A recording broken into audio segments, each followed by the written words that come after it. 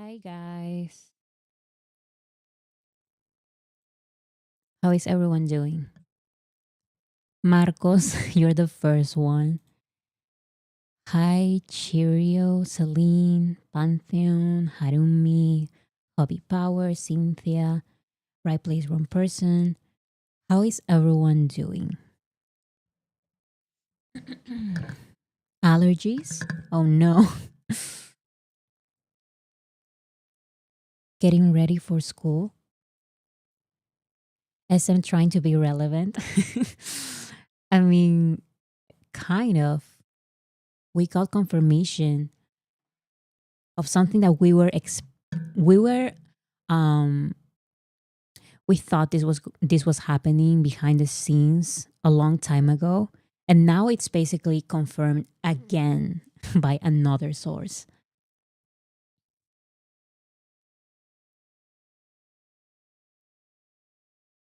Some people saw it, some people didn't see it. Okay, so that's interesting because we're going to talk about it.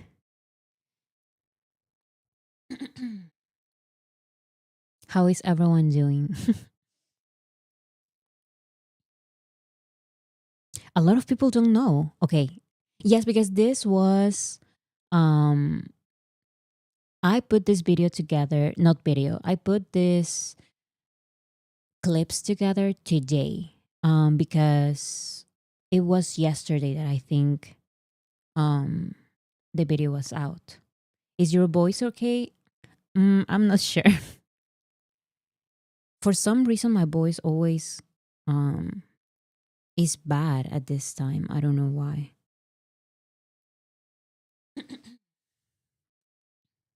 Okay, so a lot of people are asking what's going on. And I usually want to wait a little because if we start already, people are going to ask later, wait, what happened? Can you repeat the video? Um, okay, so just for some context before I show the clips and everything, um, do you guys remember American Hustle Life? There were two coaches, I believe. There were Tony, and then there was Nate, right? Wait, was it called? It was called Nate. Yeah, Nate. So it was Tony and Nate. So a YouTuber who reacts to BTS content and other content, he um he knows Nate. So he had an interview. He interviewed Nate. And Nate said something about SM contacting him and saying, don't work with BTS on American Hustle Life. They are nobodies. Come with us. Work with EXO specifically.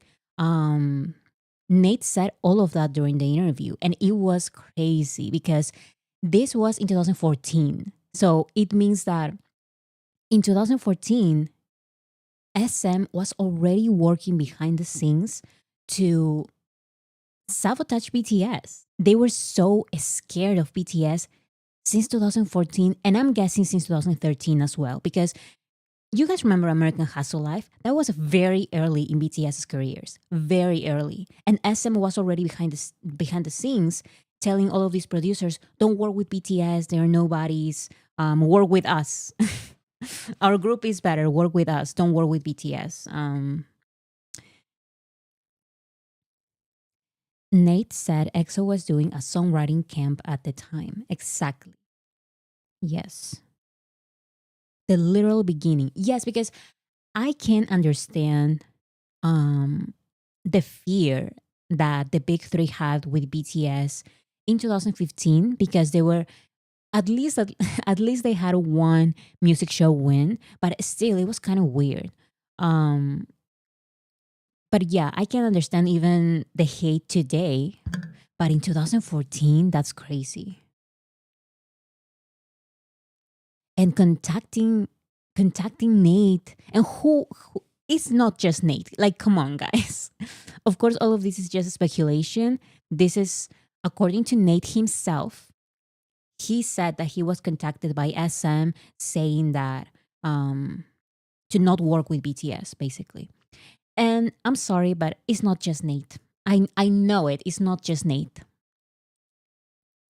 especially after we remember everything that happened um, between BTS and SM groups since the very beginning. Their obsession is crazy. This is really, really obsession because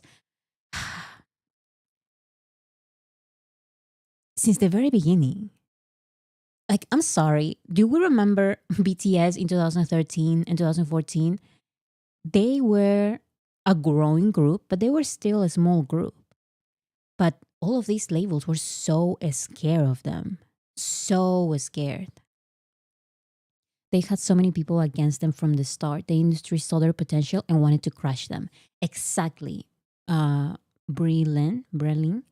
Um, I think it all comes down to potential. They were scared of the potential because back then, I really cannot think of anything except their talent that can scare SM so much. They were desperate to the point of calling Nate.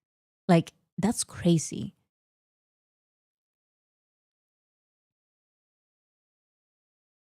I remember someone saying that it was a general practice for big three to screw promising groups before they would made it.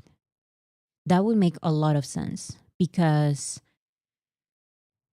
BTS were nobodies. In 2013 and 2014, BTS were nobodies and they were so scared of BTS. Hey, you say I'm late, what's happening? We just started, so you're not missing anything. I'm just explaining some context. Okay, so a lot of people are asking what's happening. Let's start actually talking about what happened. So I believe this was, let me see, 1 day ago. So on April 20th. This is a YouTuber who reacts to BTS. And he interviewed Nate, who worked with BTS during American Hustle Life. So before talking about the actual moment, I wanted to talk a little about the entire interview because I think it's important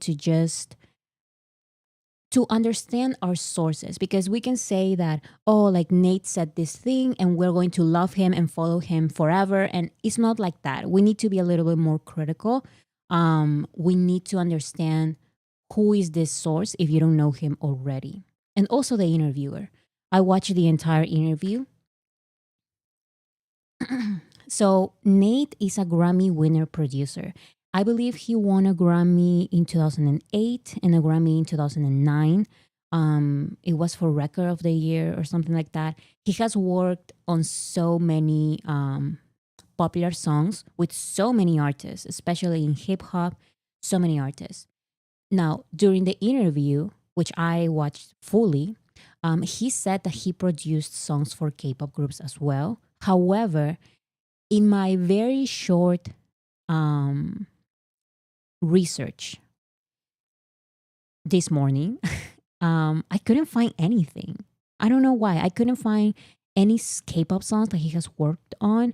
But maybe it was because I just looked very quickly. If anyone can let me know if you know any other K-pop songs that he has worked on, um, please let me know. But he says that he has worked on K-pop groups on K-pop songs that are not BTS, but I cannot find anything. But my point is that he says that he has a little knowledge on K-pop. He also says that he doesn't remember American Hustle Life as a show. He doesn't remember like the episodes and all of that. He mostly remembers what he lived during the show. So he remembers moments because he lived them, but he doesn't remember the show. I don't think he even watched the show, to be honest. Um, so I don't really know. He said he saw their potential immediately. He loves Stay. Yes, that is the actual clip that we're going to watch. This is just a little, oops, this is just a little background because I see so many times that people are like, oh, this person said this good thing about BTS and it's all amazing. And it's important to know our sources. It's important to know the overall context of the interview. Um, he doesn't remember American Hustle Life, guys. He doesn't, but he remembers what he lived. So that is his experience. He also does. he does know some of their traits, but mostly they're old ones. So, for example, one question was, how will you describe BTS? How do you perceive BTS? How can you, describe BTS? And he said things that BTS introduction videos would mention years ago. So, for example, like, Yoongi is this way, and Jimin loves his face, and and he loves that he's attractive. Like very old perceptions about BTS. And he also mentioned, for example, instead of RM or Namjoon, he said Rapmon. He referred to him as Rapmon. So my point is that his ideas are kind of outdated for today. Yoongi is a gangster. Yes, that's what he said. So all descriptions, exactly. Um, okay, so some people are saying about the interviewer. Don't worry, I'm going to talk about him. First, we're going to talk about Nate and what I understood from him during the interview.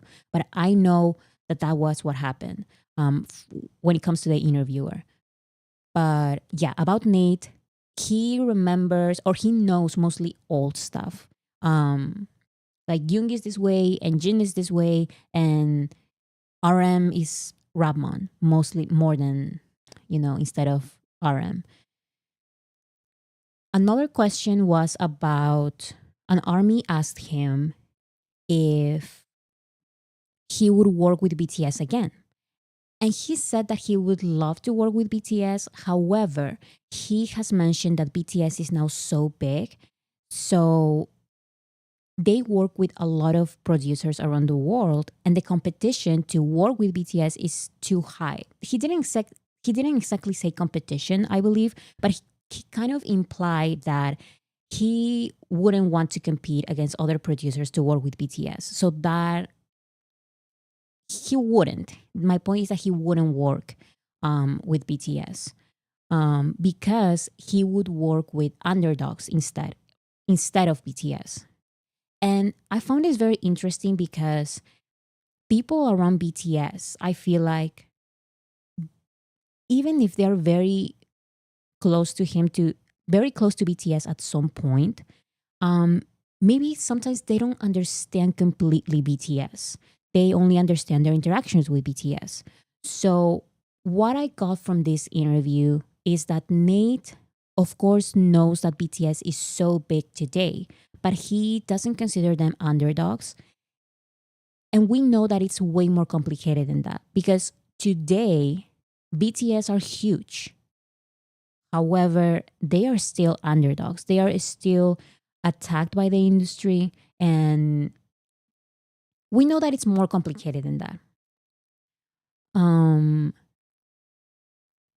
And one last thing that I wanted to mention about Nate before actually starting talking about the clip, the most famous clip from this interview, is that he said that instead of working with BTS, he would rather create his own American K-pop group. And I found this very interesting. He wants to make, let me see, 4720. He wants to make his own K-pop group with he wants to make his own K-pop group with Korean Americans. And he wants to make a show, which kind of reminds me of American Hustle Life as well. Maybe he wants to do some kind of American Hustle Life, but with his own K-pop group. I'm not sure. I have been thinking about creating a show and basically where I create my own K-pop group, and but I wanted to be like an American K-pop group. You know what I'm saying? Like I And again, I know some people didn't like one of my past live streams about global K-pop groups, but this is exactly what I'm saying. Like I know it's annoying to talk about BTS in K-pop terms all the time because we want to move on from that because BTS are bigger. But the reality is that the industry is still sees BTS as a K-pop group. And the industry is, even if they are close to BTS at some point, like Nate was, he still sees the success of BTS a success for K-pop. So that would make sense why he would want to make a K-pop group, American K-pop group, just like what I talked about on one of my past live streams about global K-pop groups. Now we have these British K-pop groups or global K-pop groups that sing in English but are from all around the world but have the K-pop training system. It is a new thing. I want to just like take Korean Americans and I want to audition them, put them together, and have So them exactly like I mentioned on my past live stream, is the same um, K-pop training system, but he wants to do it and he wants to make the songs. like, you know, actually sing the songs I write for K-pop. Um, because I know a lot of the army and fans. They don't, they're not. They don't understand the plight of the songwriter or the producer in the music industry. But there's I also found that very interesting because this is what I'm trying to say. I'm not trying to say that we should discredit Nate because he's going to say something very important. um, that I totally believe everything that he's saying. My point is that I'm trying to make sure that every army knows that yes, he worked with BTS in American Hustle Life. And let me remind you guys, he is a Grammy award winning producer. He has worked on so many popular songs. However, he doesn't understand BTS. Just because someone works with BTS doesn't mean that they totally understand their story. To him, BTS are not the underdogs. They are super famous. So why would he work with BTS, produce for them? Other people can compete for that. That's number one. Number two, BTS is a K-pop group. Therefore, I can make my own K-pop group. That's number two. Number three, armies don't know anything about songwriting because we are K-pop listeners, and K-pop listeners don't know anything about songwriting. He worked with BTS 10 years ago. Exactly. So that's my point. Like I said, he says Rapmon instead of RM or instead of Namjoon. He has these old ideas of Yoongi is this way and Jin is the one who likes being pretty and this other stuff. Like it's from old introductions. Nate does not get it, someone said, and I totally agree. However, that doesn't take away his talent, his producing abilities, and his testimony for about what happened with SM, which we're going to talk about in a little while. I like what Nate. I like what Nate said about BTS's work ethic. He acknowledged how great their work ethic and personalities were from the beginning. Yes, so we're going to talk about all of that in a minute. I have the links, the minutes, and everything. Okay, so, like I said, he's mentioning how he wants to make a K-pop group and he wants to do the songs because K-pop fans don't know about songwriting. Okay. thousands of us, right? And everyone's everyone's like working and trying to get a lot of the same, get on a lot of the same projects. And I just, I just really don't like that whole See, he's saying that there are thousands of producers, there are thousands of us, and a lot of people, a lot of producers try to get into the same project, and he doesn't like that. This was the answer for um, why he would love to work BTS, but actually no, he won't work with BTS because there's already so much competition to produce for BTS. And we all know that. So that is valid. What I don't agree with at all is that armies don't understand how songwriting works and all of that. Like we know.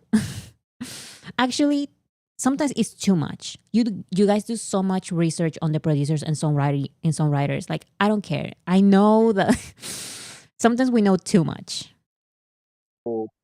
um, hamster wheel kind of mentality where you're just like, everybody's, Hamster wheel kind of mentality. because then it's like it turns everything into everybody wants something and it makes a lot of the relationships a little disingenuous. So, I totally understand his point of view because this is what happens a lot with K-pop. Um, but again, he's answering, will you produce a song for BTS when they come back? And he says that he would love to, but he doesn't like the environment. When this is, we know that it's way more complicated than that. He has an all idea of BTS being a K-pop group. He's not wrong that K-pop fans don't know and or don't care. You're totally right. Like I agree with all of that. But like I said, the question was, would you work with BTS when they come back? So I don't know why he had to bring all that up. Um Actually we know because he has this whole idea of BTS being a K-pop group. So yeah. That is some of the notes that I got from Nate. Now let's go to the interviewer. Now, some people mentioned in the comments that, and he talked a little about he talked a little about it on the actual interview, and I was very confused because I don't know anything about this channel. I don't know anything about this YouTuber. All I know is that he reacts to BTS and that he has reacted to some of my videos. However, I have not watched his reactions to anything. I have not watched a single one of his videos except for this one. Um, but there was a moment during the interview when he started going on and on and on, like ranting about how um, shippers and solos apparently um, like sent him death threats or something like that because he mentioned in a video about Are You Sure, how Taeyong was being, well, you guys know. You were mentioning at the beginning of the live stream that Taeyong was being a little B word, I believe. That was what the word choice that he said. However, he says in the interview that armies are accusing him of that, but he never said those words. He would never say that. Now, I want to believe it because he says that I never said that word and people are calling me that. And he also said that that clip was very like viral and all of that. And then he said, yes, like it was super viral, my clip. It had 30,000 views. And I was like, okay, that is not that viral, but I totally understand. Like it can be scary to receive all of these negative comments. I'm just trying to understand why he went on such a rant during this interview. He was using street slang. Okay, so that was basically what he was trying to say, I believe. That he didn't actually call Taeyong the B word. He was just saying as like a slang kind of thing. I'm not so sure, but he went on a long rant about that. Which again, I kind of understand. Like I understand when people misinterpret your words and people just talk negatively about you. However, you guys be the judge. I don't know. I'm not sure. It was a very long rant, and Nate was, I believe, kind of confused as well because he started mentioning, yeah, because these are not real armies. The one who attacked me, they were solos and they were shippers. And I was like, wait, what? I was so confused because he started talking about shippers, and I was like, what happened to you? I think Nate was confused. I think I was confused. um, I don't know what was happening. And again, I've never watched this YouTuber. I just know that when I checked his channel, he reacted to some of my videos, but I never watched this channel. Um, so we are all lost and confused. Yes, because here on the chat, some people are saying that we don't like him because he called Taeyeon this. And when I watched the clip, when I watched the interview, he said that, oh, like people pretending to be armies and shippers started attacking me because you know that I would never call a man the B word. Like it was such a weird thing. Like I just don't understand. But bring up the clip. I didn't have a clip for that because it's a little weird and long and it's all rambling. Let me see. Or he calls him V.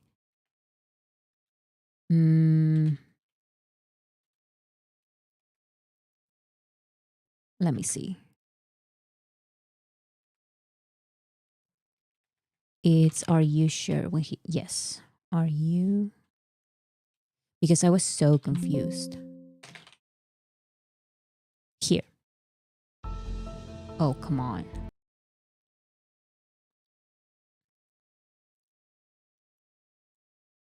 react to Are You Sure? This was Jimin and JK that went on vacation. They went into two different things and they filmed it. It was a Disney production.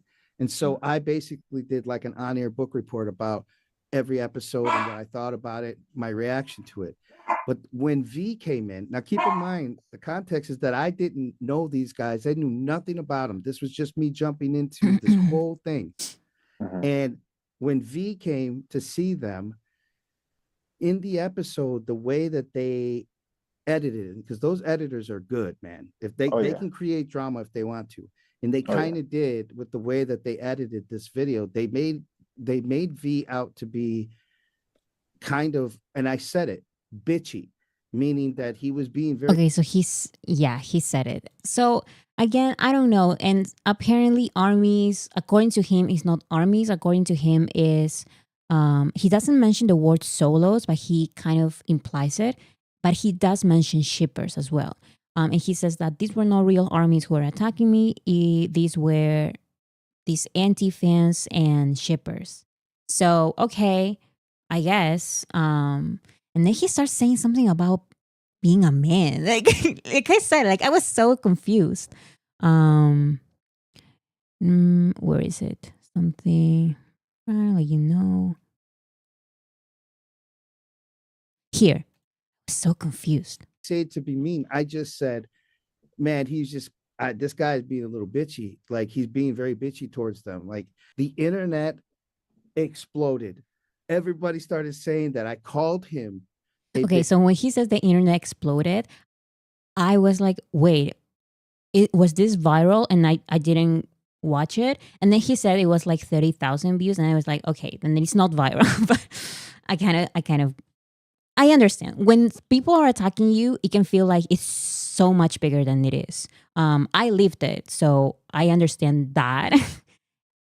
I don't know. I still find it interesting. I don't know. Um, but anyways, what he mentions later, and I think it's important. He thinks it's important to say is that Taeyong is actually now that he's listened to their music and all of that. Taeyong is his bias, his ultimate bias, is his favorite member. Um, That's what he says, and I don't know, like it's okay.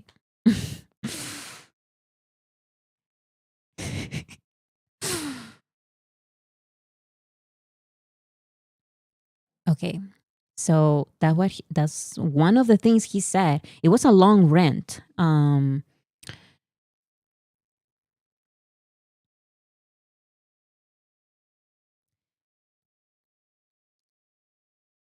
Okay.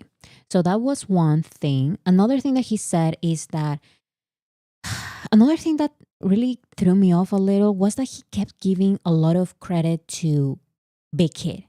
And it's totally fine. Like I mentioned, I have an entire video about this. About the masterminds behind BTS. I totally get it. Big Kid, like I'm sorry if I sound so much like I'm defending the label, but I give a lot of credit to Big Kid for doing certain things. But he was doing a little too much, in my personal opinion. He called Bang PD the big man, and he kept saying like, quote, he said, they work the out of them. They by they he means Big Kid, and by them he means BTS. So Big Kid works the out of them. That's one thing he said. Another thing he said is that they work them like labors. Um,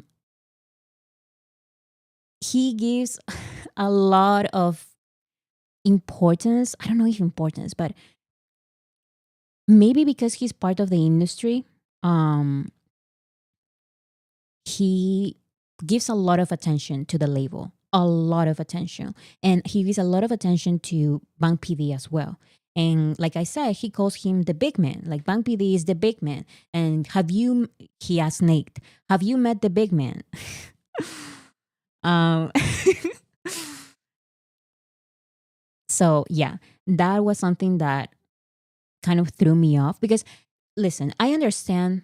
I'm trying to give everyone the benefit of the doubt because maybe he's talking about, especially in 2014 during American Hustle Life, we all know that BTS worked so hard, especially for Dark and Wild. They were barely sleeping. They were um, rehearsing like crazy. They have said it themselves.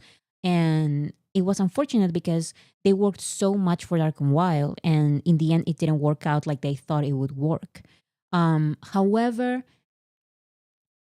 especially to say it like in present tense, like they they work them like labors today. Like it sounds like it's today. It sounds like it's always like Big Kid always does this. And also he doesn't say Big Kid, he says Hive, which is also very interesting to me because I would not say Hive when it comes to BTS's label because BTS's label is not Hive. BTS's label is Big Hit and it's very different from Hive, which is a conglomerate. But anyways, that's another story and we all know that. Um Everyone gave him grace even though it was a little cringe. Yes, that's what I'm trying to say because at the end of the day, overall, it was an interesting interview, um, especially because of the SM. I don't know if allegations, but his personal experience with SM, Nate's personal experience with SM. And at the end of the day, the host says that BTS did change his life. And I believe that, like, BTS has that power. So even when people are very like, BTS is K pop and BTS is this and BTS is that, um, even though they have all of these preconceived notions that are very hard to stop thinking, um, even with all of those labels that he still applies to BTS, that in my opinion are incorrect. But it's just my opinion, right? Even with all of that, BTS has still changed his life. So I totally believe that. I totally believe that because BTS's music has that power. Um, so yeah, those are just some notes about the overall interview. Now let's talk about the actual clip that is being being shared so many times on social media. And again, like someone said, what I'm trying to explain by these points is that you can believe in everything that they say. Like, I'm sorry, this is very very difficult to me to explain because I see so many times that people just give praise, praise, praise, praise, praise because this person said this and this person said that and is in favor of BTS. And I totally understand that. But it's not as black and white. A person can support BTS, a person can feel very inspired by BTS's music. BTS's music can change someone's life. And still, that person can have all of these preconceived notions about BTS. Like giving so much credit to the industry when the industry destroys BTS. Um, have all of these preconceived notions about BTS being K-pop and all of this. And it's very important for us to not look at everything in just black and white. Like they support BTS or they hate BTS. It's not like that. It's way more complicated.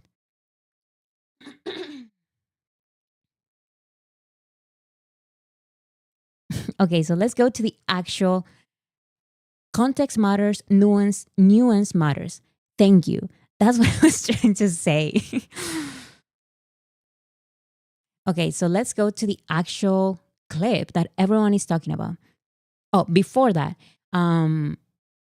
one thing that I think is very interesting about the interview is that Nate mentions that BTS expected to have no American fans. So BTS wanted to just arrive to America and start recording American Hustle Life, but they had to cancel some plans because people started showing up at the airport. And we know that that was what happened in 2014. So it is true.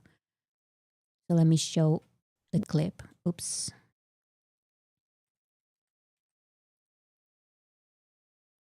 Mm. Let's see. They weren't even like the band themselves, and no one around them, the label, the company, no one assumed that they had any type of following in America at the time of shooting the show. So Right. when they arrived in America, they weren't expecting anything. They were just expecting to, land, get into the car and come down. We were, stationed downtown LA.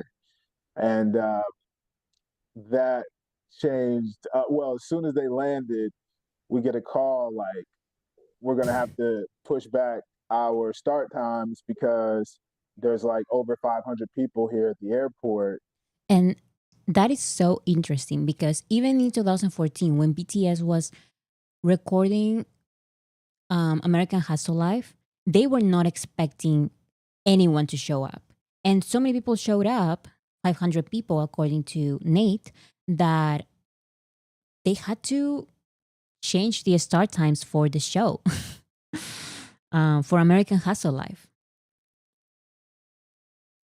With like posters and flyers, all this stuff, um, and they had to circle the actual airport 4 times. I heard just to kind of like lose everyone that was following them and all that stuff. Um, Someone said that's not true. I watched American Hustle Life. They had quite a few followers. So I think you are right, and he's saying exactly that.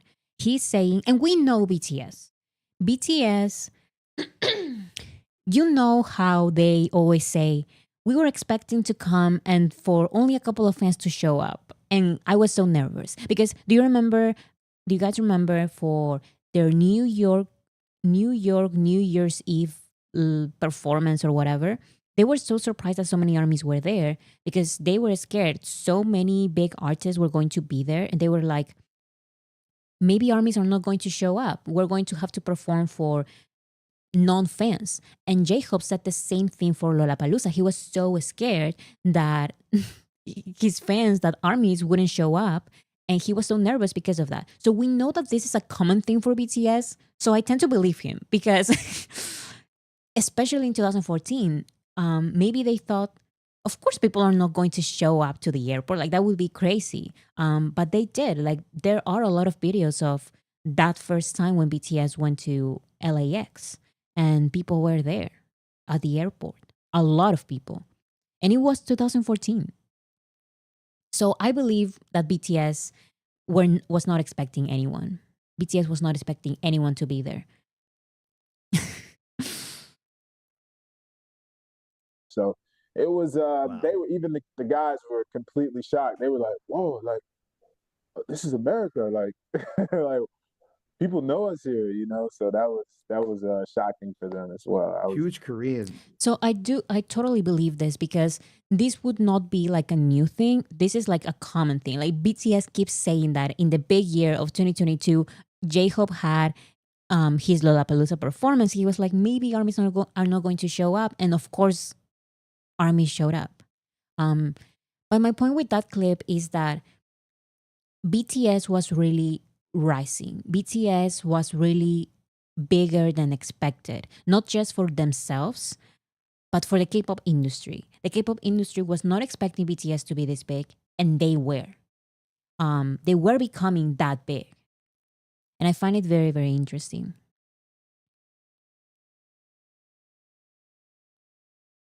But attacking people isn't good, Bora, right? When did I do that?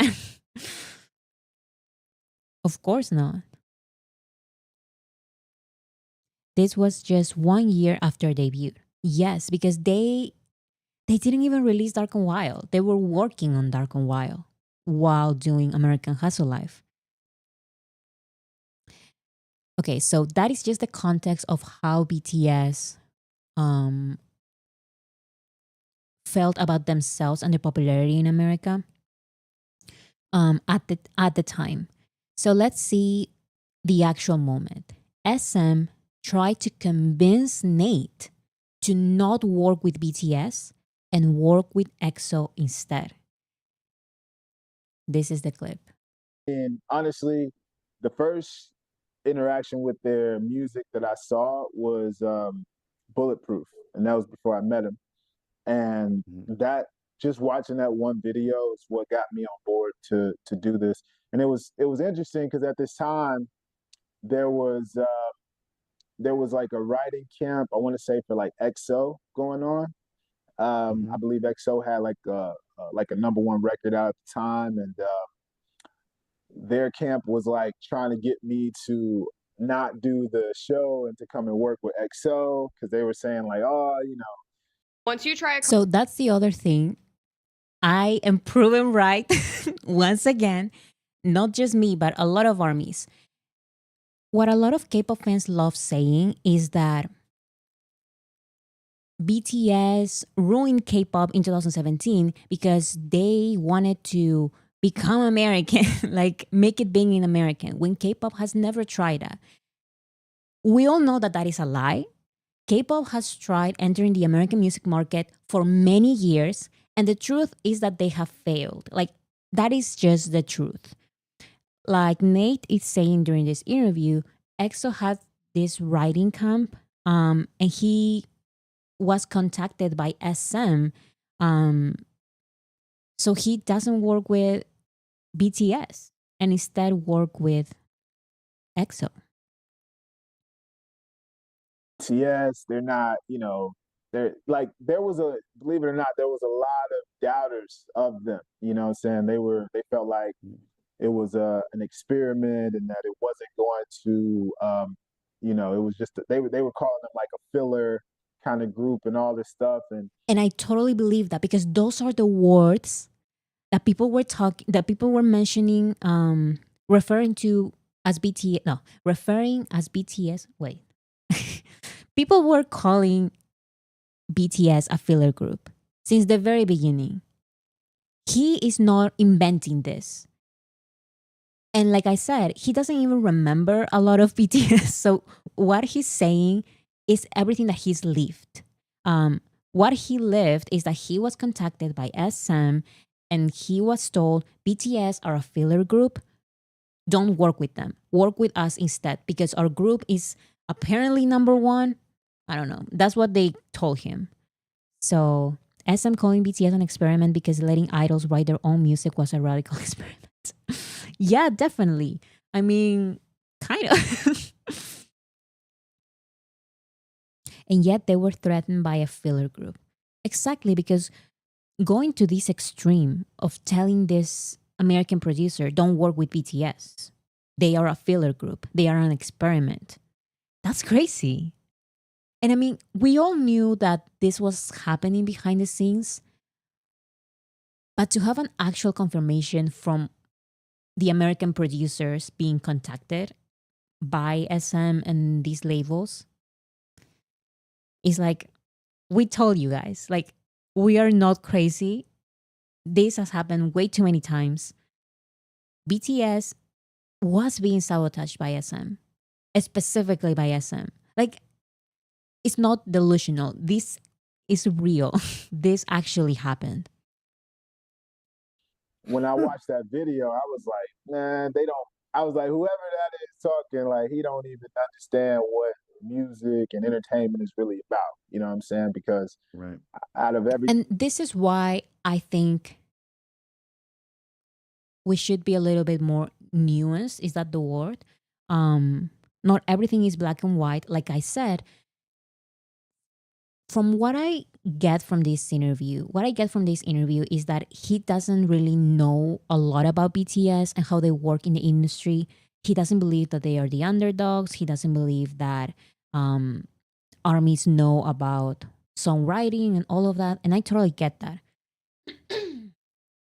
But at the end of the day, he's a Grammy winner producer and he understands talent. And he saw that in BTS. And that's what I said about the interviewer as well. Whether you like him or not, BTS changed his life and I believe him. Because they can they can recognize talent. I'm so sorry. They can recognize the talent that BTS had, and that was what scared SM so much in 2013 and 2014 because BTS were nobodies. There was literally no reason for them to be so scared. It was genuinely just their talent. It was genuinely just their talent because BTS had nothing. Frankie is the Grammy winner. Is Nate a Grammy winner too? Yes. I found that he had a Grammy in 2008 and a Grammy in 2009, I believe, for Record of the Year. So something very big. Um, so yeah. Thing that I had, seen in the K-pop world, I'm like, that really stuck out to me. You know what I'm saying? Like I loved everything about that Bulletproof song actually. And So that Bulletproof song, I'm guessing, is We Are Bulletproof Part 2. So wait, are people confused? Oh, who is the guy on screen? Okay, so once again, just for anyone who just got here, this is an interview. This is Nate. He worked with BTS in American Hustle Live, and he's talking about how SM contacted him and told him, don't work with BTS. They are a filler group. Don't do American Hustle Live with them. They are nobodies. Come with us, work with EXO instead. That is what Nate is saying because he was contacted by SM himself. um, yeah, I was a fan off that. I was like, whoa, like, oh, this is like this is hot. So yeah, and then when I got with them, like I said, it's like they have that star quality. Um, they don't let the pressure get to them. They always are striving to do their part. I So genuinely believe that it is the star quality what shocked everyone, not just the American producers, but also SM, because like I mentioned, like there's no reason to do all of this just because a rookie group is having a show is not that big of a deal. It shouldn't be that big of a deal for such a big label like SM, but it was because BTS's talent was that crazy and everyone could predict that they could go very big.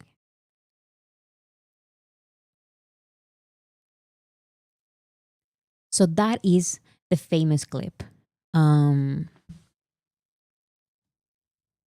that is the famous clip. Now, people are talking about Min Hee Jin. Let's remember as well, Min Hee Jin was working at SM while BTS had their debut and started rising to fame. And during one of the chats that we have access to, apparently they said the shaman. Remember that Min Hee Jin was talking to a shaman on via text messages. The shaman apparently says you need to end BTS here. So this is present. This is supposedly around maybe 2021, 2022. So the shaman, is it shaman? Shaman says you need to end BTS here. Don't drag it out like SM did. Be determined every single day. Don't drag it out like SM did. So, shaman.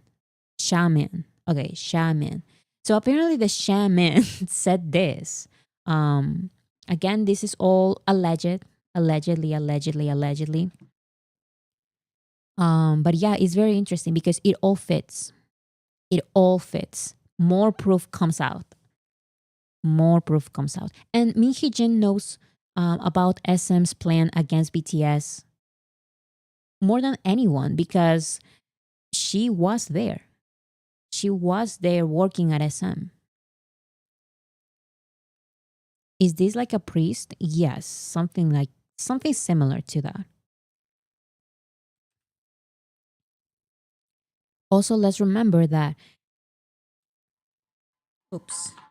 Oops, oops. Wait a second. My sister keeps calling me.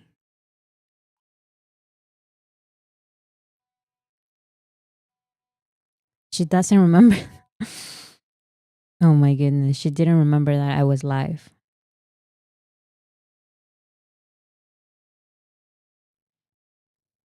They really want to sabotage BTS. They're all connected. Yeah, I mean,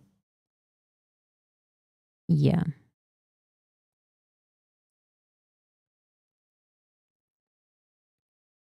Tell Bora says hi. Okay, I'm telling her. Chat is saying hi. Is my family for real? Like everyone is freaking out because I'm not answering the chat, the family group chat. And he's like, I'm literally live. Okay.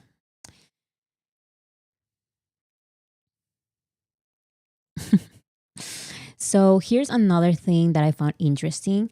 An Mnet employee admitted in the past that American Hustle Life was one of Mnet's most popular programs in the US at a time. At at the time. So this really shows that BTS was growing like crazy. So it was not just Nate saying that BTS were not expecting all of these American fans and they actually showed up. It's also the ratings. Like so many people were watching American Hustle Life. It was a good show that a lot of people watched. And I totally understand why SM was worried. And also, another one of the mentors, aside from Nate, was of course Tony. Um, and he said, people were like, look at this group, look at EXO or G Dragon, and all these groups. I checked them all out, and it wasn't the same for me. K-pop will blow up more, and it won't be a local thing anymore. It's going to grow because of BTS. So this was in 2014, and it is very interesting because who is telling him, look at this group, look at this group? Very interesting as well.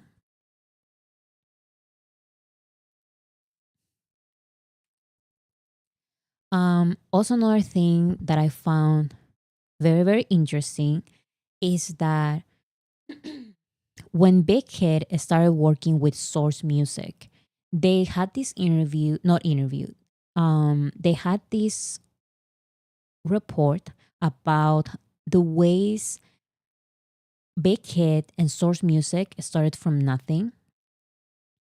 And it says, Bang asked for funds from several people to keep Big Hit going.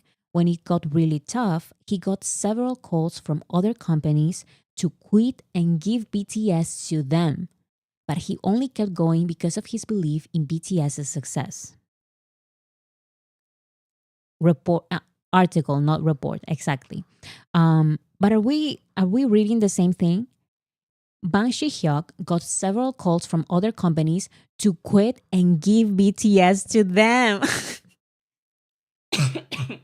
Why would other companies, these big companies, why would they want a small group BTS by this small random group? Because they all saw what we saw. They saw what Tony saw. They saw what Nate saw.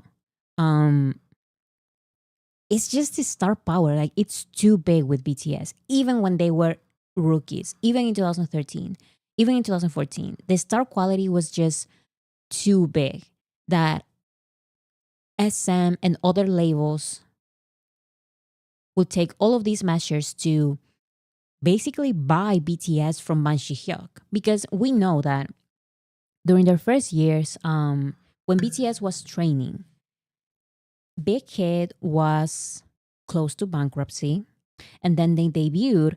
And this article mentions that Ban Shi-hyuk started borrowing money from everywhere. And when BTS started getting like some sales, like some good numbers, positive numbers, he had to pay back all of the loans and stuff like that. And while all of that was happening, he could have easily just sell BTS to another label, but he decided to no, I'm actually going to keep BTS. He believed in their success. I wish I knew the exact names of the companies. I'm a brag about it everywhere. So that's the other thing. Do you guys remember when I made my video about here? Respect your seniors, mock your juniors, BTS's lesson on respect. When I did my live stream analyzing a little bit the video, I mentioned that I had my theories on who those groups who talked badly about BTS, who mocked them during the music shows, were. I had my suspicions. Because I went back to the actual shows and I saw, okay, during the music shows, when BTS is losing all of these awards, all of these nominations, who is next to them? EXO. Like I said it, I thought of it. I I mentioned on the live stream that I didn't want to talk. I didn't want to mention any names, but now I don't have to. Nate is doing it for me. So that was just my thought because when I go back to those music shows, BTS was there behind who? Behind certain groups. And if they were being mocked by other groups during those music shows, then it's some of them at least. It's some of them at least.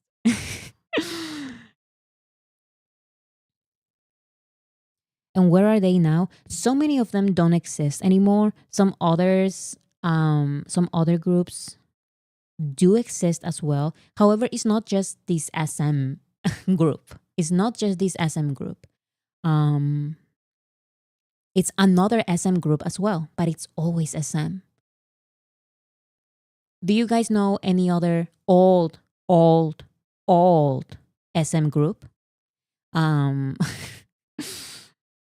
that was next to BTS in 2014? Because I know, no, older than NCT, older. Nobody's saying it. Okay, SM just said it. Nate Jones just said it. Strawberry and Gem just said it. BTS in 2013, and I'm sorry, yes, 2013, 2014, when they wrote in their book that they were getting mocked by other groups, that group was there next to BTS. So that is just a thought. Like I said, it's just a guess. I'm not saying anything. I'm not saying anything. And no, it's not shiny. It's not BTS never I couldn't find any videos of BTS competing against Shiny in the same music show week. So no, it was not. But so many people said it. Al Perry 02, yes. Gwen Barron, yes. Lore Cross, yes. People, I mean, yes, everyone is saying it. Everyone is saying it. But again, I'm not saying anything until I get any kind of proof from somewhere else. So Nate is saying EXO. So I said that is also what I guessed because those are the videos from 2013 and 2014. BTS were competing, quote unquote, competing against them when they were not even nominated. But they were mocked by somewhere during those shows. Can't be shiny. Yes, it can't because I didn't see any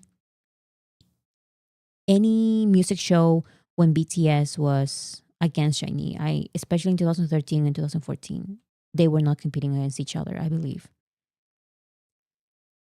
But yeah, it's true. Several companies try to buy BTS from Bang Hyuk. But Bang Hyuk didn't, and thank God, because I don't know what BTS would have done with other labels. Those labels have so many troubles, and it's horrible.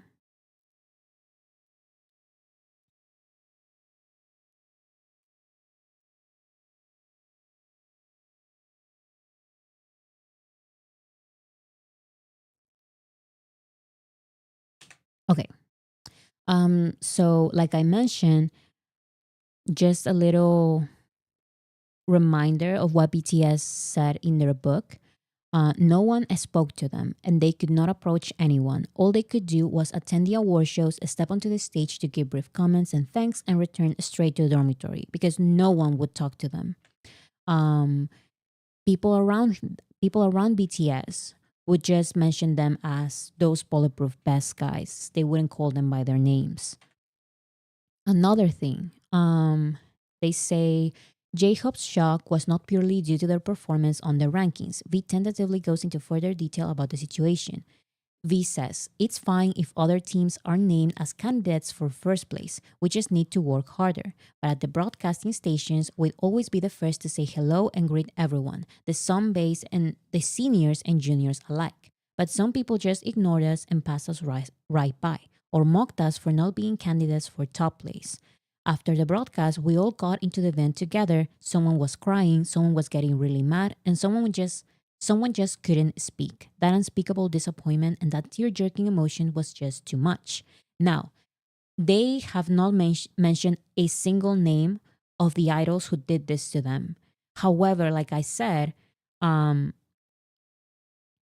who can have such a big feeling against BTS since the very beginning? Nate is saying that SM's team, so not exactly the EXO members, but SM's team was trying to not make him like prevent him from working with BTS. But like I said, the coincidences sometimes are just too much because someone is saying in the comments that we should give grace to the actual idols, and totally, like, even if they did it or they didn't do it, at the end of the day, all of this is speculation, and BTS chose not to mention the idols for a reason.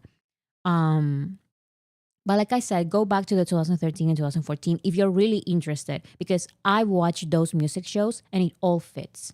However, at the end of the day, I'm not going to hate on them. Like I don't even know them.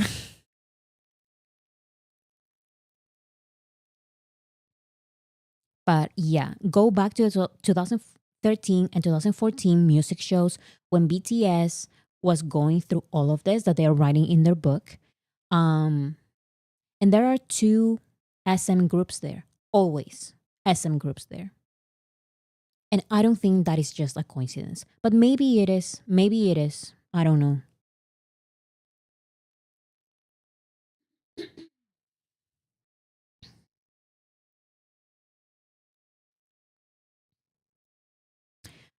Pilar says, no, please don't hate on the idols because those idols were also mistreated by SM.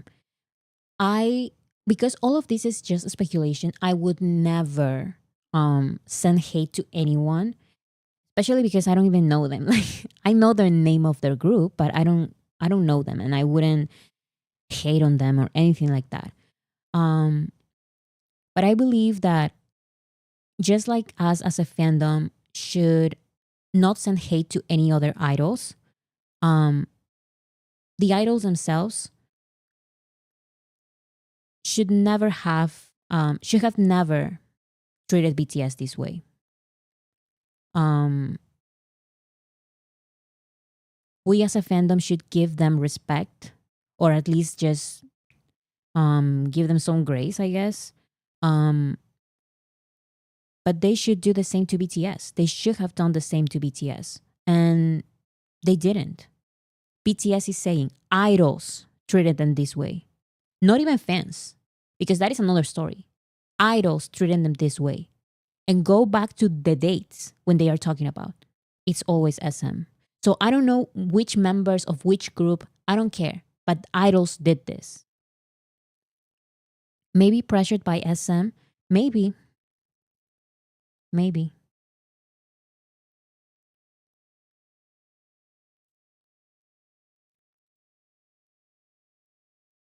Let's give grace now. That's what BTS would want. Yes, definitely. Um, BTS purposefully didn't mention any names. So I would never try to do anything crazy, or like I said, until I get some confirmation from someone else. Like right now, I'm just showing you guys what Nate said. Because when I actually made my video, when I made this video with some of the BTS quotes that I got from their book, I never even attempted to give my speculation, even though I went back to watch the videos and I could give you a list of all the idols that were competing against BTS that week. But I didn't because that would be ridiculous and BTS doesn't want that. So I didn't do that at all. But now Nate is saying something, is mentioning certain label, and I'm just reporting on what Nate said. And some other people are speculating in the comments, and I'm just saying maybe they are right, but I would never go out of my way to create all of these things.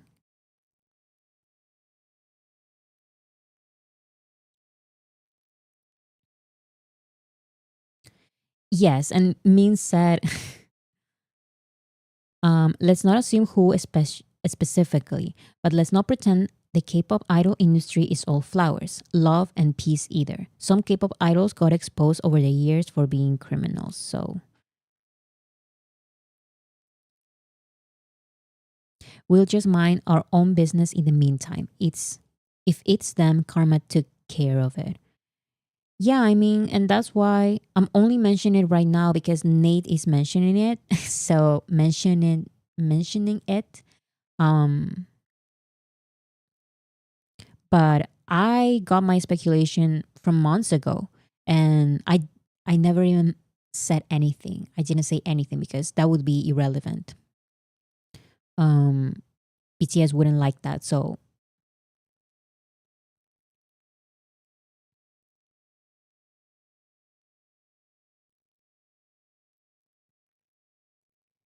I love Karen said, I just love when history validates our theories and speculations. Yes, because sometimes it's so obvious. We see all of these crazy campaigns saying that BTS copied this SM group and this other SM group. And we sometimes may sound a little crazy, but then we get proven right because Nate is basically saying, yeah, like SM contacted me and said to not work with BTS because they are a filler group and he should work with SM, specifically EXO instead because we have a number one and BTS doesn't. So don't work with them. That is basically what he said.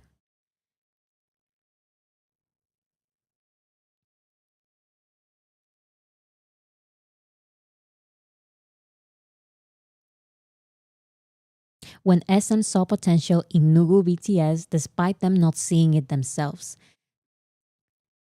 That is such a funny thing because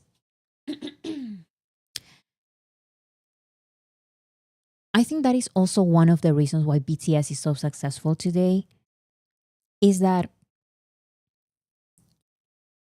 they are always, I don't know if it makes sense in English, but in Spanish we'd say like they always touch the ground.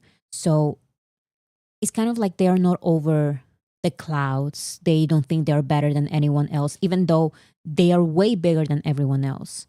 Um, they're humble. Yes. They are humble and they always work so hard. They are this big group.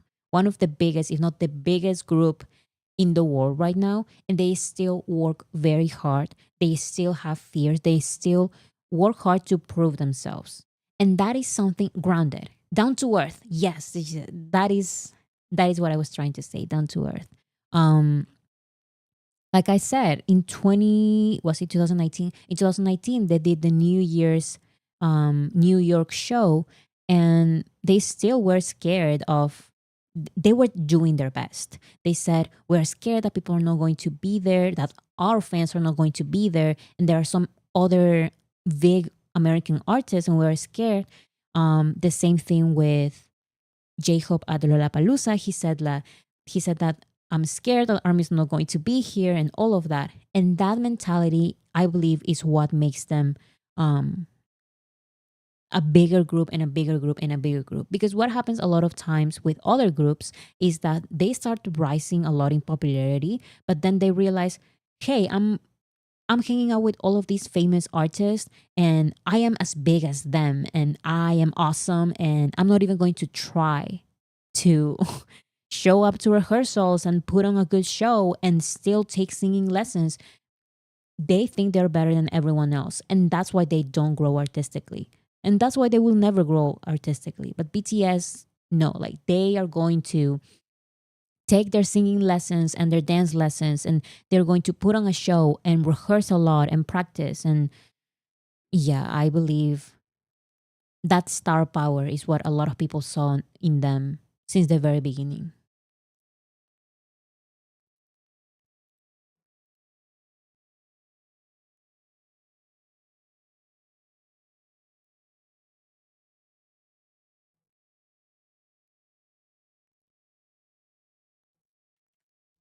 So this is just a comparison that I found. This side is SM's first fan meetings. This left side. And this is BTS's first fan meeting. And that is what they were, this is what SM was so scared of. It's so, so funny. Baby Bangtan. RM explained he needs to be down to earth in order to survive in this crazy industry. And that is something that I also find interesting, because the fame that BTS has is not experienced by any other K-pop group. They have no idea. They genuinely have no idea. So many people perform at Coachella and they think that, oh, like I made it, like this is so big. And it's like, you don't understand how it is to have like a Coachella kind of big event, but just for yourself. And that's what BTS had. BTS performs in their own stadium tours just for themselves. They don't need to go to Coachella, but because they have those big events for themselves. And that is why those other K-pop groups will never understand. They go to Coachella, they perform, and sometimes I feel like they think that they are just as big as BTS, and that's why they don't even try. And with no opening acts. Yes, that's also another thing.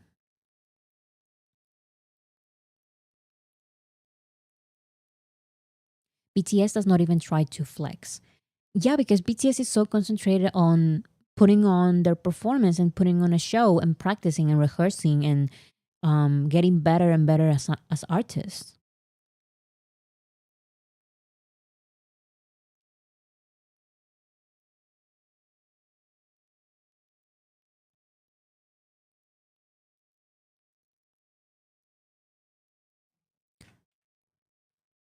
Let's also remember who was SM scared of. Not just these small fan meetings, as you can see here, only like around 200 people compared to the thousands that showed up to SM fan meetings. SM was also scared of these very small but growing sales from BTS. 700 first week sales for their first album, 2000 first week sales for their second album. This is what SM was so scared of. And I genuinely believe that it was because of BTS's star power. Because you are the big three. This should not scare you. This should not scare you at all. Like, this is nothing. You are the big three. You are SM. You are actually number one. From the big three, you are SM. You are number one. Why are you calling people to not work with BTS? Because of the star power. That's the only reason. BTS was growing very slowly, and they were very, like, these numbers are very small. As you can see here, number one is SM Entertainment, and number two in 2015 was Big Hit. And this is what SM was scared of, because it's true that BTS started very, very small and they started growing little by little, but they were growing. Unlike other very small groups from small labels, BTS was genuinely growing. And then they went to America. They had American Hustle Life. They did American Hustle Life. And then they were the headline act for KCON, I believe. Exponentially, yes. And SM knew that this was going to happen. 2015, only a year after American Hustle Life, Big Hit was number two. And SM saw this happening. SM predicted that BTS were going to be a big threat. Um, Legit, this is a movie plot like underdog success. It is because SM was and it still is to this day desperate. I mean, yes, they from the beginning they were very desperate. According to Nate, um, they were contacting American producers, and it's because of this. Like we can see it right here. BTS is number two. I'm sorry, Big Hit is number two, which is a synonym to BTS because BTS is just Big Hit is just BTS and Hyun at this point. TXT didn't exist, so yeah, Big Hit is just BTS. SM don't even try to hide their desperation.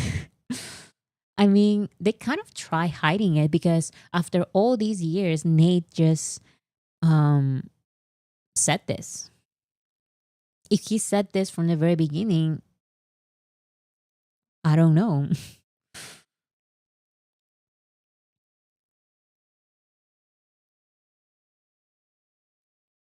So yeah, this is what SM was scared of. They knew that BTS was going to grow so much. They knew, they saw it, they predicted it.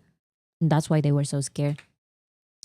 And also, let's remember the biggest controversies when it comes to plagiarism with BTS, two SM groups. The biggest plagiarism controversies when it comes to BTS, SM groups. Interesting. Again, I'm just pointing it out because I believe in all of this Minhee Jin thing, um, I believe that Minhee Jin is working online as well. Allegedly, she's working with people online to change the online perspective. And all of these plagiarism accusations started online, supposedly by fans, but BTS was such a random group. Why would they even be accused um, of plagiarism when they first started? I'm just trying to. I'm trying to give an answer to that. Quote unquote fans, exactly, and not just one SM group, another SM group. I don't know. Like it's very interesting. It's very interesting because now allegedly, Min Hee-jin, who used to be part of SM, um, allegedly, she loves working on changing people's perception online. Like she works on that, allegedly. Um, and she's from SM, so maybe SM does the same thing. Maybe SM likes changing the online's perception of things. Maybe SM works a lot on their reputation online. And maybe that's why this whole thing started. Maybe. I don't know.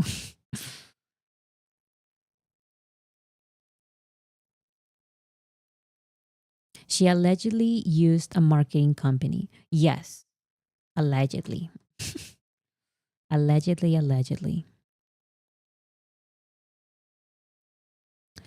She left the company, but not the loyalty towards that company. I don't know if the loyalty towards that company, but she left the company and she continue with all the same practices. Online marketing, online smear campaigns.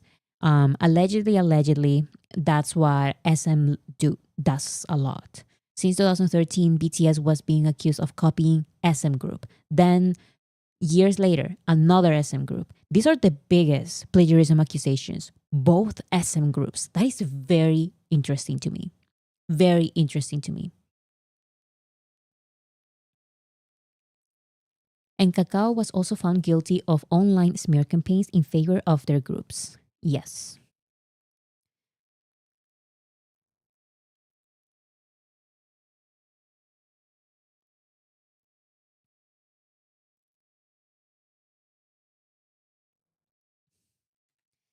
Okay, so another thing from SM, and I found a comment that I think it's also important to for me to highlight. Now, maybe you guys remember this horrible clip of this is Super Junior. And as you can see here, they are dressed, or I guess this guy is from Super Junior. And he is dressed as the Beatles, by the way. This is like a theme, like a Beatles theme kind of show episode. I'm not sure. But he interviews BTS. And one of the questions is, you copied EXO's school uniform concept. Um, that was the question. Now, I saw someone saying something that I think it's important because we cannot just hate on everyone. We can just love on everyone who says nice things about BTS and hate on everyone who says nasty things about BTS. To give some like benefit of the doubt, he seemed a little uncomfortable reading the question, but someone gave him the question. That is my curiosity. I have the clip here because we've seen that clip many times, but this is a new thing for me, the very beginning. So maybe, like so many people even here on the chat say, please don't hate on the idols. So maybe you are right. Maybe it's not on the idols, because this Super Junior member, Super Junior is from SM, by the way. This Super Junior member is about to read a question to BTS, an uncomfortable question or something like that. And he's even uncomfortable asking the question. So, again, some benefit of the doubt. But again, what I find interesting is that still someone chose to write that question. Still, someone chose to write that question. 한번 확인을 해볼게요. 어허, 예. 아이고, 아이고, 아이고. 설렌다. 잠깐만요. See, like he hesitates, and that's what some people defending him are saying. He hesitates, he doesn't want to read, and that's why the other host says, actually, like, give it to me because you're not asking anything. So, 자, 그리고요. 오, 아, 그래요?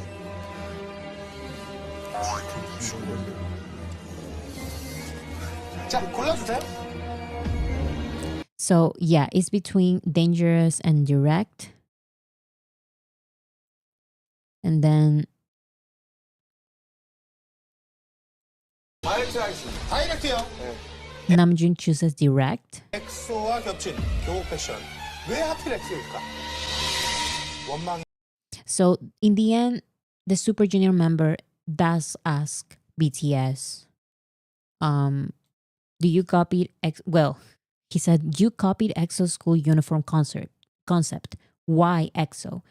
So I don't know, like even the way he asks the question, it's not just, some people are saying that's literally an accusation, and in my personal opinion, it is, because he's not even asking, have you copied this other group? No. He's saying, you copied EXO's school uniform concept. Why this group? Why EXO? Why them? So it's like, it is an accusation. It is an accusation. Like I said, some benefit of the doubt, I guess. He feels uncomfortable at the beginning and he doesn't want to read the question, but in the end he does. And at the end, there is someone behind the scenes choosing that question and making him read it. When again, SM idol from Super Junior talking about an SM group. The way he said why EXO, yeah, that's what I'm like very hesitant about.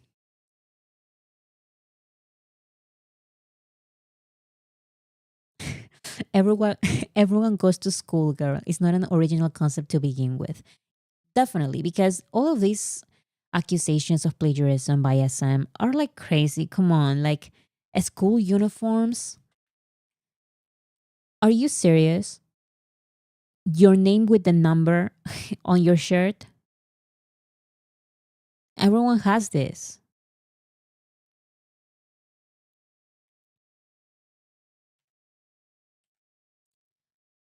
And of course, going back to the online thing, allegedly, SM does work a lot on sending messages, like analyzing online communities, online fandoms.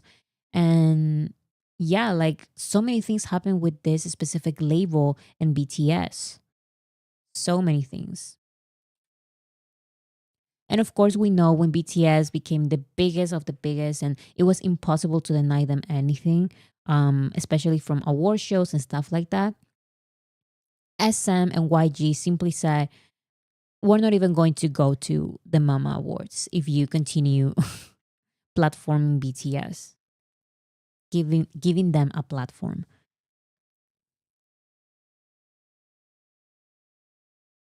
But school themes in K-pop is something that every group does. It's not unique or original. Everyone does it. Weird thing to focus on.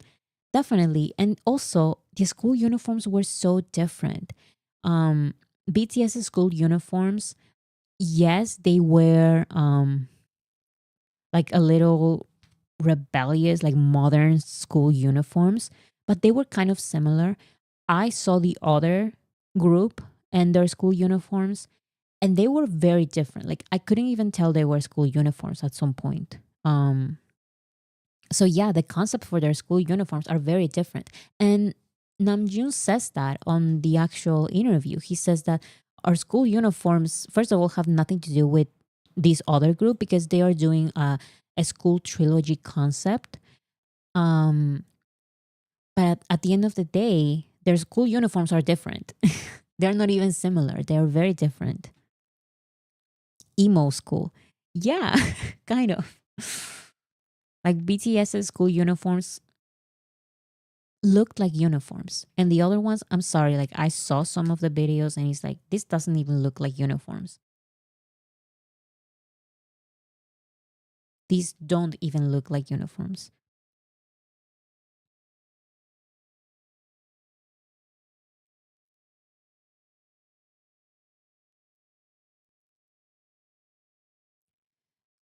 So yeah, that is basically all.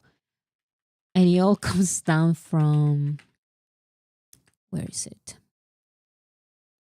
From this interview. That I'm leaving the link in the description box.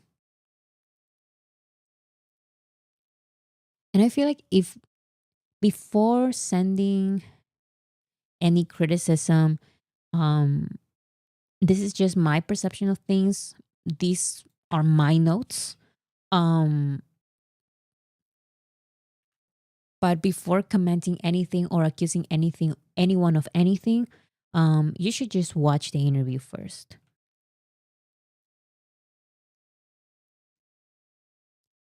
In my overall opinion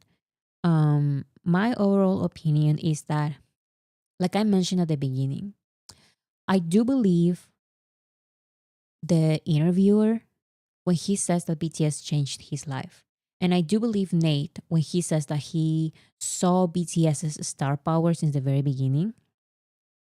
Um, but by all these little comments that they kept mentioning about K-pop and the industry and Man Shi-hyuk is that they still see BTS in the K-pop lens. And as fans, we know that it's understandable.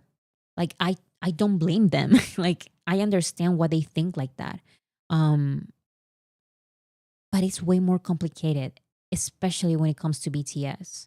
Like they're not just a regular K-pop group that became like the biggest because they have better music or whatever. Like there are other reasons. BTS went through other stuff and BTS is going through other stuff.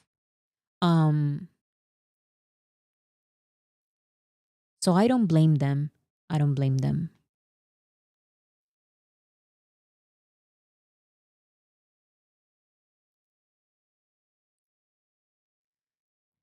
It was a good interview, but neither is very familiar or informed about K-pop as a whole. Yeah, so they definitely have their preconceived notions, and I feel like they repeat a lot of, they don't say the exact words, but they are giving me the same vibe of the dark side of K-pop. And I outright hated that he said they work the shit out of them. They work them like laborers. Like, I don't like that. It's, and that's why, sorry, this has nothing to do with anything, but some of these introduction videos or introduction series, not Taylor's guide. Taylor's guide is fine. Like that, I'm not talking about her at all. But some of these introduction videos are made by K-pop fans, and these YouTube channels react to them and get all of this information. Like, this is a BTS, supposed BTS documentary, and they give they give the perception and the experience of other K-pop groups, when BTS experience is not like that at all. It is actually the complete opposite. So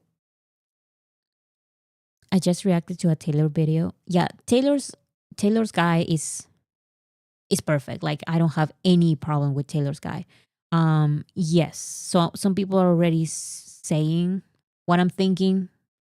But yeah, some of these very amazing documentaries about BTS, like fan-made documentaries, I have a bittersweet feel about them. Bittersweet. How do you say bittersweet? Yeah, like I don't know how to feel about them sometimes, because they give this perception. There's so many quotes about other K-pop groups that don't apply to BTS, in my opinion. Like, I'm sorry, they don't. But they are K-pop fans, so they're going to do a guide with the K-pop lens. And I don't necessarily like that, because this is the consequence. This K-pop channel saying, "Oh yeah, like Big Hit works BTS like crazy." Like, I don't necessarily love that.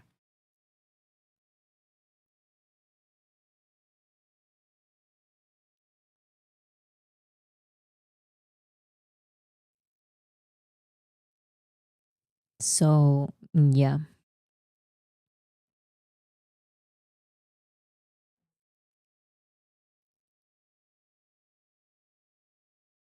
BTS chooses to work hard. They have autonomy over their craft. It's insulting to say that Hive overworks them. So yes, it's more than just that, because like I'm saying, I'm trying to give the benefit of the doubt a little bit. And BTS has said themselves in their book that in 2014 they overworked themselves because they were so desperate to get a music show win, and they worked so hard during American Hustle Life to make Dark and Wild. So maybe he is not completely incorrect. That's what I'm trying to say. BTS and Big Hit work BTS, made BTS work a lot, but their story is very different, because this is not just your regular big three label that has these slave contracts on their groups, and they say you're going to pay all of this money back to us because you were trainees under us, and you're going to work hard and work hard and work hard. You're going to work for us. It's not like that. BTS were different. Like Bang Shi-hyuk said, he gave a lot of autonomy to BTS since the very beginning, because he wanted them to write their own stuff. And we know that that is the truth, because their names are all over the writing credits since the very beginning. So creatively, they always had that little bit, like, they had more freedom than other groups. They are not your regular big three group. They are different. Their story is different. And you don't get to find out about this story by watching those documentaries that they are not my favorite sometimes. Like, I understand that they are very well made and they are very interesting, but I don't know, sometimes I don't know how to feel about them, because this is the result. This is the result. And I don't know. I have a, I don't know how to feel about them.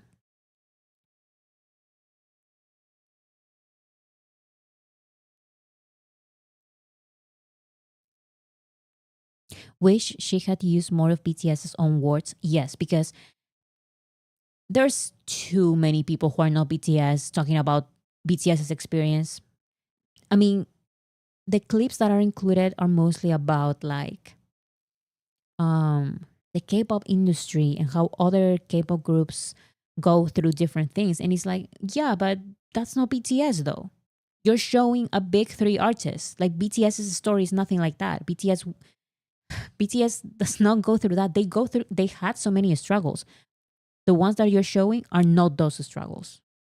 Are not BTS's struggles. Like the what's it called? The contracts, the slave contracts. BTS has never gone through those. BTS has struggled a lot, but that is not their struggle. So why even include it?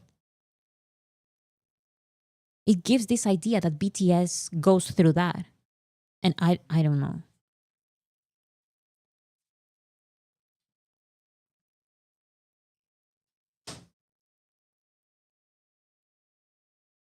Bora's slang, very interesting to me. Too much of a coincidence. I mean, yeah, because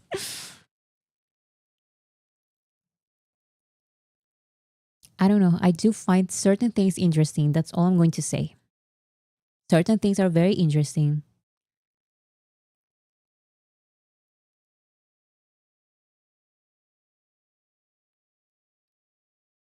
The public needs to start the public needs to start watching BTS as an individual music act rather than limit themselves saying they are a boy band of cute guys. They're just a K-pop group for 15-year-old girls.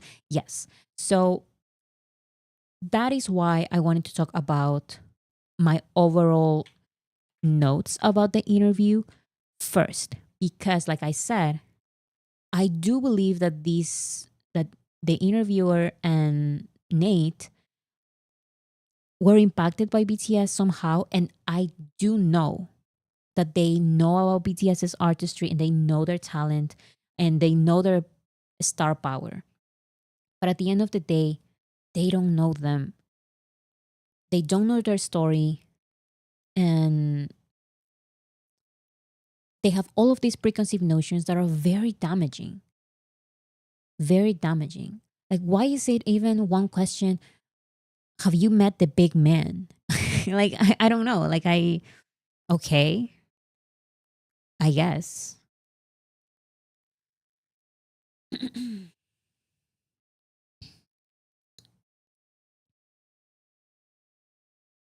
They only have a general idea. Yes, because that's the other thing. I listen to other bands, mostly like rock bands or solo artists, and their music has inspired me a lot. Like their music has also impacted me a lot. But I don't know their story. So the big man. Yeah, I mean, I just saw a lot of mention of the industry, like their label. And I get that because I believe they both work in the industry. Nate is definitely like a music producer and he has worked with so many people. And at the beginning of the interview, the YouTuber says that he already knew Nate from before. And that's why he contacted him and said, please do an interview with me. So they are both definitely in the industry. Um, I just wish that they could see BTS as what they really are and not just a repetitive case in the industry. Like sometimes it feels like, yeah, like we know because we're in the industry and we see this all the time. And it's like, no, but you're wrong though. That is not BTS's case at all. It's actually the complete opposite. Um, but I mean, if the YouTuber is interested, he will get there at some point, I guess. I hope.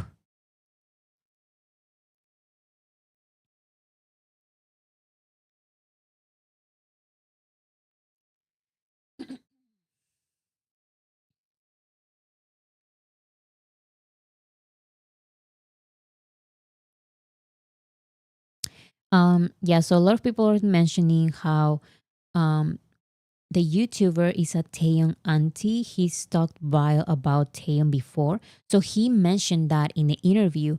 And he said, once again, I don't know. I didn't watch this clip. I didn't watch this his reactions. I don't know anything about that, but I know what he said in the interview, in the actual video. And what he said is that he mentioned that during Are You Sure, Taeyong was acting like a he was acting like the B word, like bitchy, um, during Are You Sure?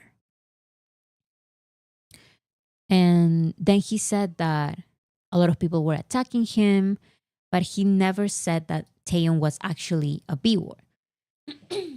He said that he was acting that way. And I don't know. He said that it was some kind of like, or people here in the chat said that it was kind of like a slang. So I don't know. And yes, he says that it's Taeyong is now his bias.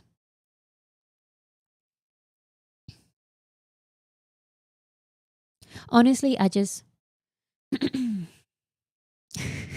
okay. So that's what I agree with. Hey, they say he's in his 50s, guys. Let's pay it no mind.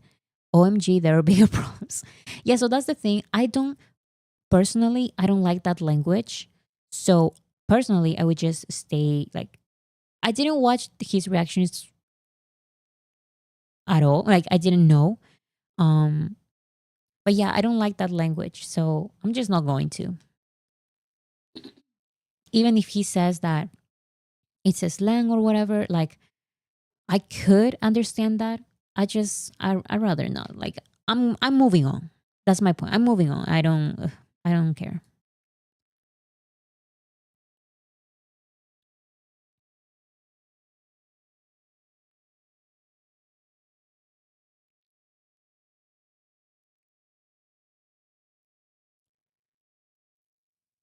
Yeah, so a lot of you guys are not forgiving him. I mean, it depends on you guys. Like yeah. Chrissy said, I don't like using language like that around the boys, even if it's just for fun. We don't know the boys that well to use it. Yes, like even me as a fan, even as a joke, like I wouldn't joke like that. Like I don't know. And like I said, like I'm moving on. Like I didn't watch his videos before, and after knowing about this, I'm not watching his videos. So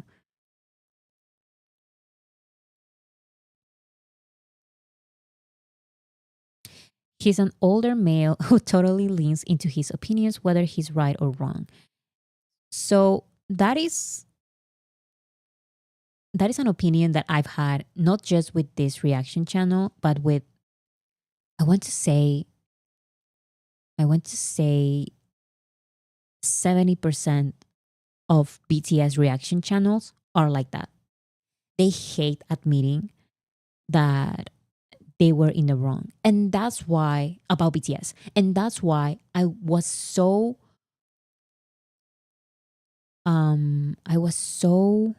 that's why I wanted to make my own introduction video specifically for haters because when I made my video here, a guide to BTS for haters, skeptics and non-pop fans. So I think there are guides out there that are amazing, and those are the guys that I would send to anyone who is learning BTS who's really interested in them. But so many people are interested in BTS because of different things that are not really their art because they don't actually respect BTS like that. They respect their fame. They respect the numbers that they do. They respect how they were able to create an audience. However, they don't respect them as artists. And that's what I wanted to show with my guide because I know my guide is not perfect and I know my guide is missing so many things, but I wanted to do a short guide about how wrong you are about BTS because that is what I wanted to scream to all of these reaction channels. Like I was done with it because some of these introduction videos are so good, but it's hard to believe sometimes that BTS is this good, because people have all of these preconceived notions about BTS. And I love certain guys that are out there. And I, like I said, I would recommend them to people who are interested in BTS. But sometimes people just watch those watch those introductions that are amazing and just dismiss them because someone like a fan is making this video, and I don't totally believe it. And it's like when when I made my introduction video, I said you are wrong. Like from the very beginning, like the first few seconds is you can question but don't assume. You're most probably wrong about what you think about BTS, and I'm going to show you. So that was my perspective, and that's why I said a guide for BTS, a guide to BTS for haters, skeptics, and non-pop fans.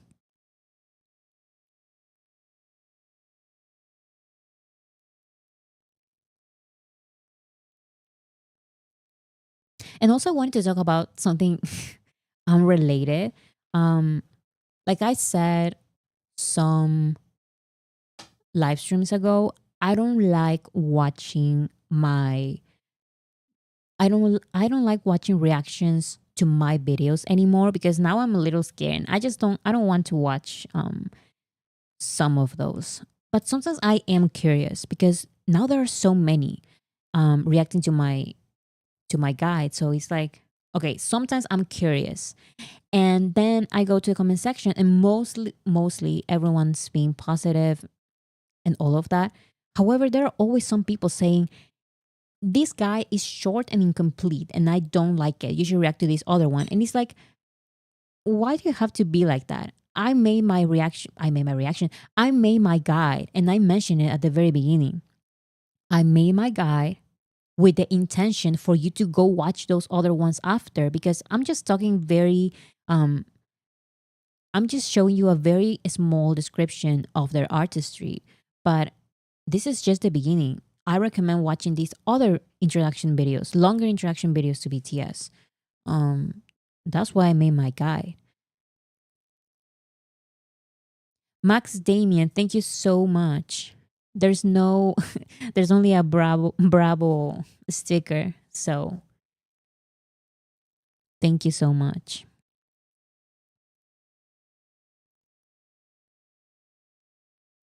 So rude of those people to say that. Yes, because it's like I don't understand why people are trying to make one guide against the other and saying I actually like this one better or I actually like that one better. And it's like that's not the point. We're all trying to guide new audiences to BTS. We're all trying to do the same thing. And I understand that maybe you didn't like my guide because it's too short or because it's incomplete or whatever. But it's like read the title. It's a guide to BTS for haters, skeptics, and non-pop fans. Um, and I really hope, and I mentioned it in the actual video, that after you watch my short introduction, you go watch the other ones because those have a lot more information and are have more details and stuff like that.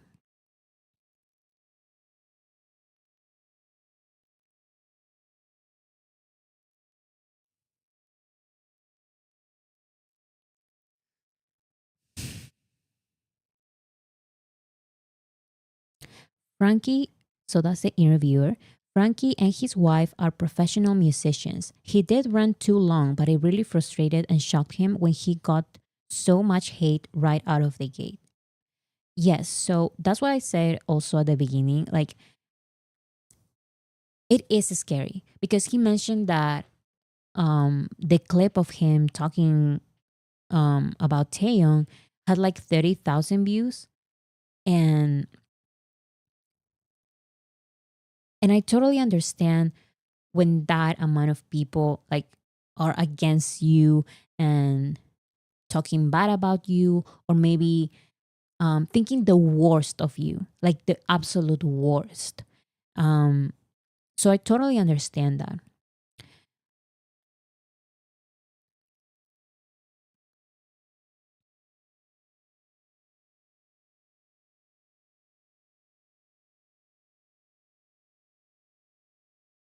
Haters and general public don't hate the time to watch hour-long videos.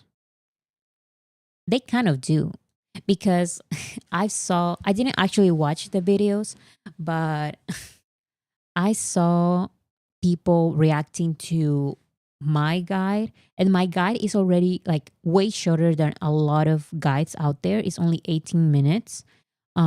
But people would still have like part one, part two to my guide, which is already very fast and very short compared to the other ones. Um,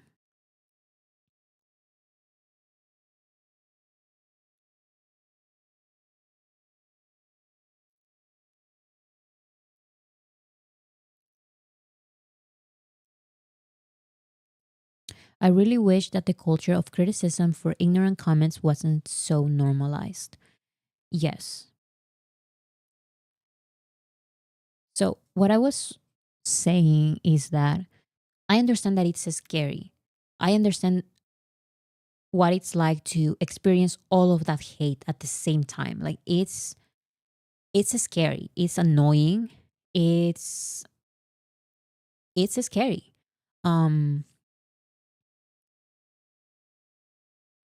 and I think it's also important to just be more careful with your words. At the very beginning, I was not just like this YouTuber. I was not exactly the same, but I was a little bit more aggressive. And I realized that I didn't really have to be that aggressive. Um, so as long as you learn from it,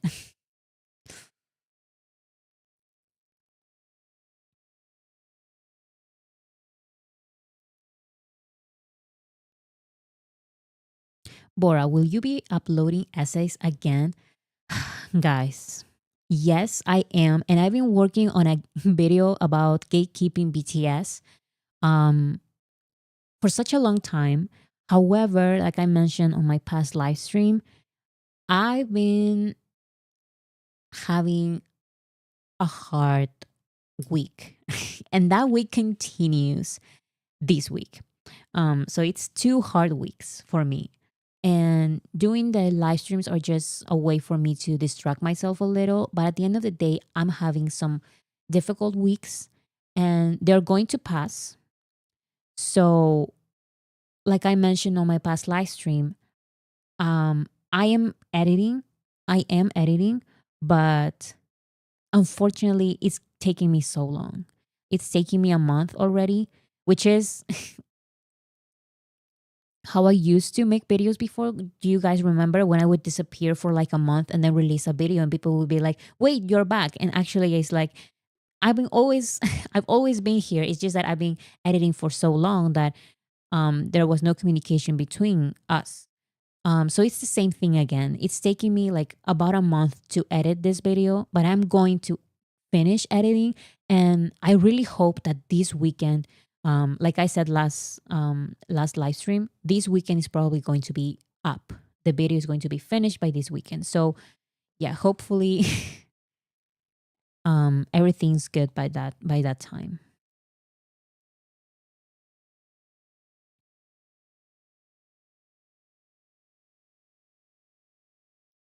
Can we cleanse our eyes with Jin's concept photos? Yeah, so before I go, let me show you guys. Oops, my foot. Jin concept photos for wait, not happy. Let me see. Echo. So here are the pictures, guys. So we have Echo. Okay. I'm already seeing kind of like a rock vibe. Ah, long hair Jin, finally. Oh my goodness.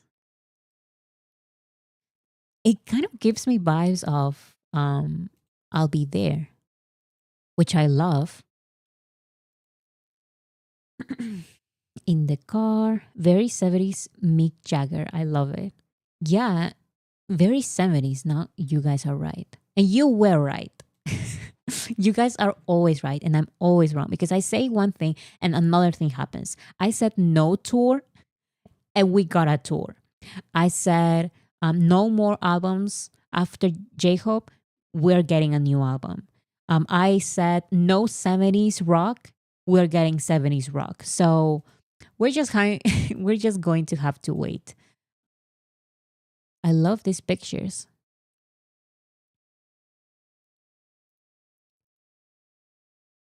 And the old car and the boots. I love it.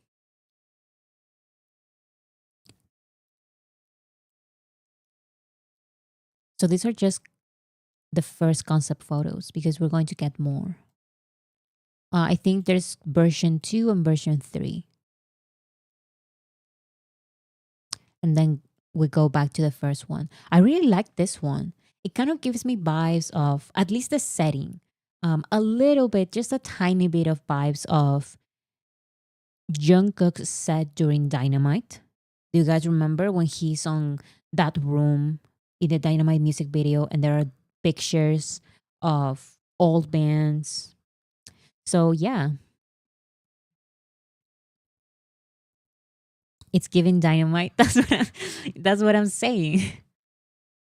It is giving B photo cards to me. B photo cards. Maybe because of the sofa, but I don't really see because mm, those pictures had very different concepts for each of them. Um, so yeah, they were old 70s style for Dynamite. That's why it reminds me of Dynamite. Specifically, that room where Jungkook is during his solo part at the beginning.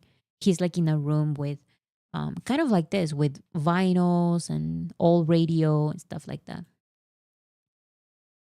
Marcos. Thank you, Marcos, for your um, suggestion.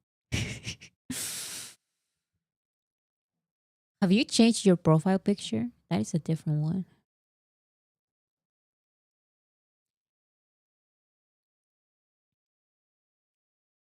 With Coldplay as an influence, I knew he would lean rock. Plus, his voice is perfect for rock songs. Um, I totally agree that his voice is perfect for rock songs, and I do genuinely like and respect Coldplay as a musical act. Um, However, I feel like J-Hope can go harder than Coldplay. Like Coldplay is very alternative British, more British rock, and I don't know. I think he can go harder if if that word makes any sense. Um, yeah, some people are saying Coldplay isn't rock. Like it is kind of it's Brit rock, alternative. Yeah, but I feel like um Jin can do like a harder version of rock music. I want BTS metal era. I wish, but I don't think they're very interested in metal as a genre. So maybe in the next 10 years, because I was watching some clips of BTS talking about how they want to make music until chapter 6, I believe. So they are now at chapter 2. And they said like, yeah, like each chapter can be like 10 years. So maybe we can go for chapter 6 or something like that. So we have a lot of time. We have a lot of time for them to discover different genres and um, do other styles. So I don't know. We have so many years. Like only chapter 1 just passed, and then we are going through chapter 2. So we're going to see um what happens. Country. I have not heard country because I believe country is just a genre that is very popular in the United States. So around the world, I don't think we listen to country at all. Like, I don't know anything about country. Like, in my country, we don't listen to country music at all. At all. So, Old Town Road, that's the only one I know, I guess. And also, people say that Am I Wrong has a little bit of country sound, but I'm not sure. Marce, Escrimo Sugar. No. That would be crazy.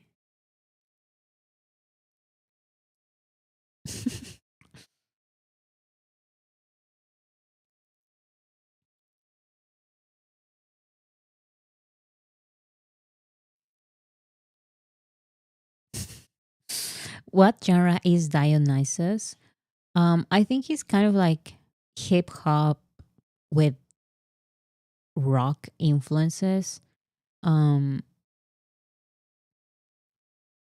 but the majority of BTS's music, I feel like it's hip hop. Even the songs that are very like poppy, they also have like hip hop influences.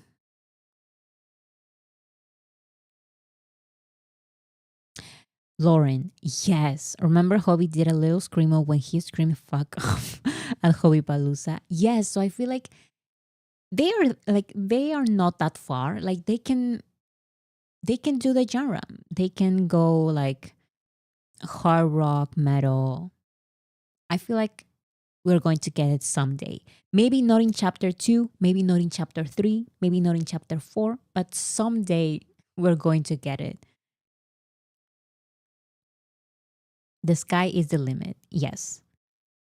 Coldplay is soft rock. Yeah, so that's what I was trying to say because I guess for people who don't listen to rock music, Coldplay is rock. Um